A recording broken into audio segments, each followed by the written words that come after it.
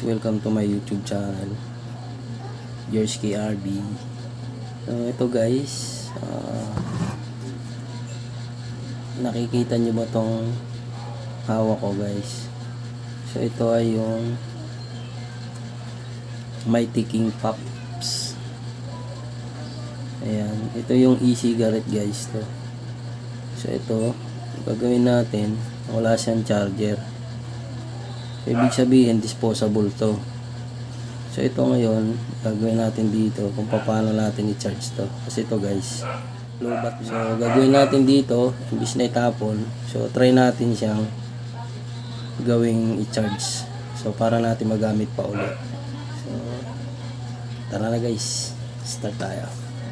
So ang gagawin natin dito guys, kasi disposable nga. So ito, try natin buksan to ditong likod. Yan. So dandahan lang natin. Ayan guys, pihit-pihit lang. Ayan. Parang ramdam naman pumipihit siya guys. Hanggang sa ayan. Hanggang sa matanggal siya.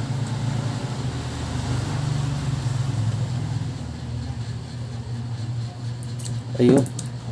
So ayun guys, nakita nyo. Yun. Ito yung charge, yung battery niya guys. So, gagawin natin dito, i-try natin i-charge to. So ito yung ano niya guys, yan. So yun, nandito yung juice niya sa loob na to. Yan. So ito yung juice niya. Then yung coil nito nandito na sa gitna guys. Yan yung sumusunog dito sa juice niya. Ayan guys, kung makikita nyo yan, may maliit na wire. Then ito gagawin natin, kukunan natin ng voltahe kung ilang voltage siya guys. Ayan, check natin guys. So maliit lang yung kanyang battery. Ayan, makikita naman natin.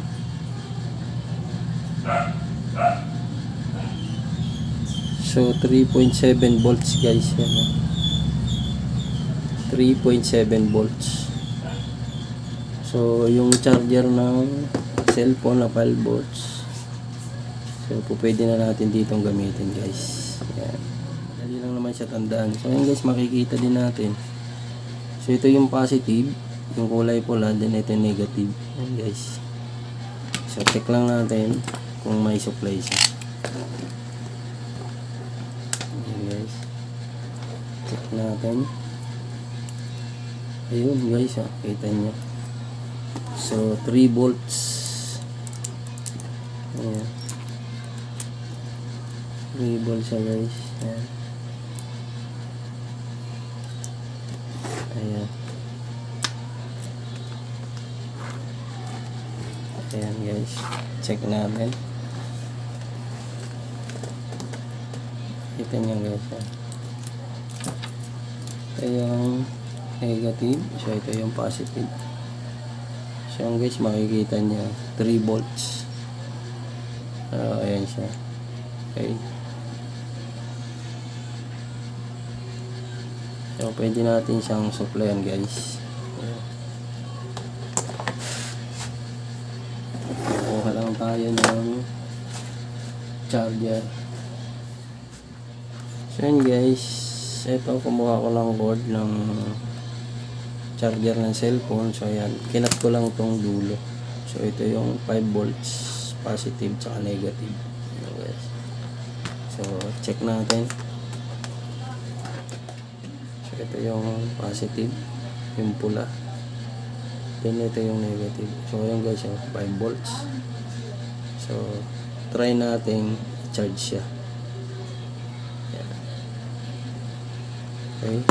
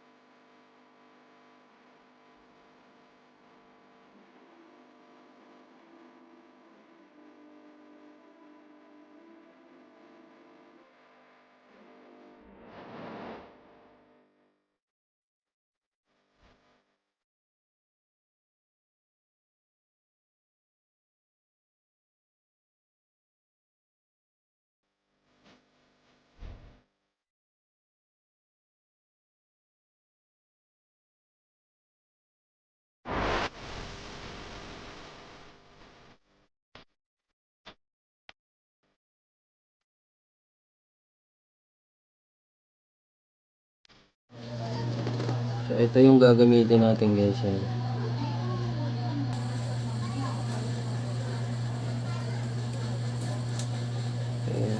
Yung negative positive niya. Okay. So, ayan siya guys. Ayan. Positive pa rin. Ano pa rin siya. 5 volts. Ayan. Ayan guys. Ayan. 5 volts. Okay.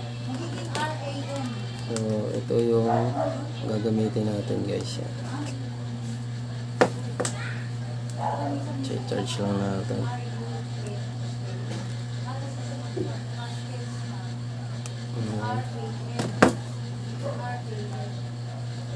Ito yung negative guys.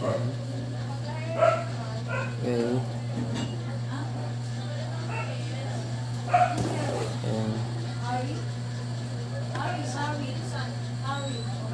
Ito naman yung positive guys.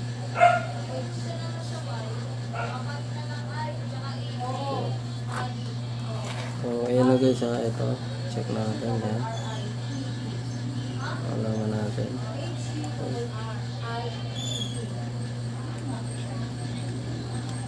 Malaman natin yan. Ayan.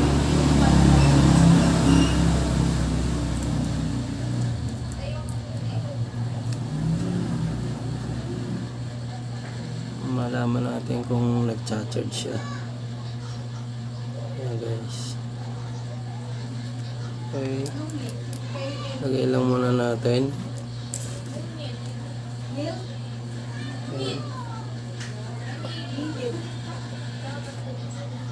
So, pakikiramdaman lang natin kung umiinit tong battery niya. So, pag hindi naman, is okay lang siya guys.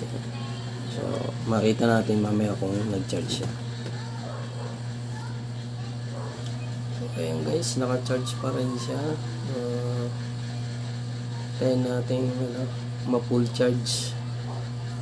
Yan. So, pwede talaga siya guys. Yan. So, 3.7 volts din yung ginamit natin is 5 volts. Yan. So, tayo lang natin ma-full charge. Guys, yan. So, yung mga nag-aakala dyan hindi po pwede siyang i-charge. Ayan guys, pwede siyang i-charge. Ayan. Gagamitin din sa cellphone. Take note lang guys, 3 minutes lang siya pwedeng i-charge. So parang bubuhayin lang natin itong battery niya guys.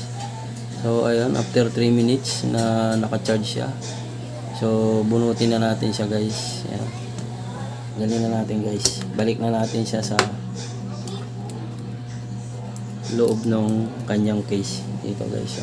Balik na natin siya rito. Ayan. Tanggalin ko lang yung wire na nakakonect guys.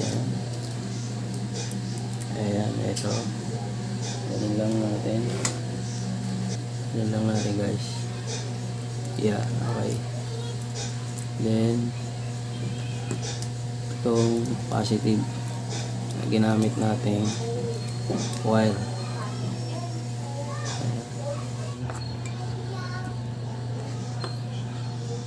Pak lang natin tong balot niya guys. Okay. Then itong kabila rin guys.